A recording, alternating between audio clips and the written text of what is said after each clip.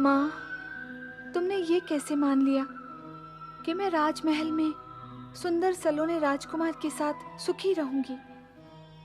राजमहल या राजकुमार सुख के भंडार तो नहीं होते। सच्चा सुख तो पति से मन मिलने से प्राप्त होता है माँ। ये तो क्या कह रही है? वही जो सत्य है। पति से मन न मिले तो राजकुमार और राजमहल दोनों धूल के समान हैं। पर जहाँ मन का मिलाप हो, वहाँ न सुख वैभव की आवश्यकता है न सुविधाओं की। वहाँ तो टूटी फूटी कुटिया में भी स्वर्ग का सुख प्राप्त हो जाता है। सुख संपदा हो और पति से मन एकाकार न हो तो स्त्री कभी सुखी नहीं रह सकती। पुत्री पार्वती? हाँ माँ, मेरा ज्ञान तुमसे कम है, किंतु सत्य यही है। मुझे सुख नहीं, संतोष चाहिए।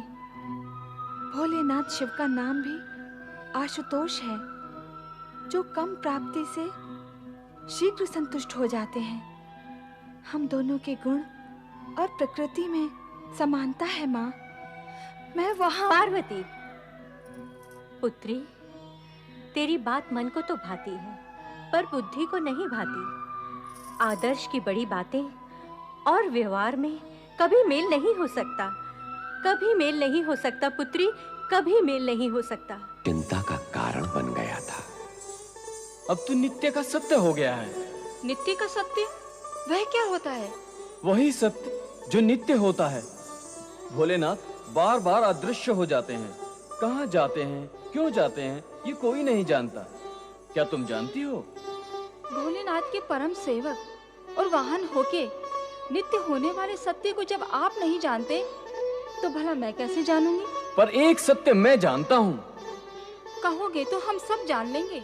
भोलेनाथ जब से हिमगिरी पर्वत से लौटे हैं वे गंभीर नहीं रहते, सदा प्रसन्न मुद्रा में रहते हैं। ये तो बड़ी प्रसन्नता की बात है। चिंता की बात तो तब थी जब वे गंभीर थे। पर मेरी बुद्धि कहती है ये परिवर्तन भी उनकी लीला का ही कोई अंग है। ओम नमः शिवाय, ओम नमः शिवाय।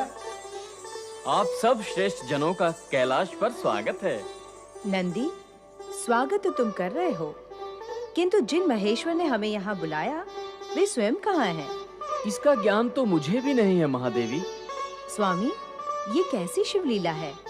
हमें यहाँ आने का संदेश भिजवाकर स्वयं भोलेनाथ ही यहाँ नहीं है।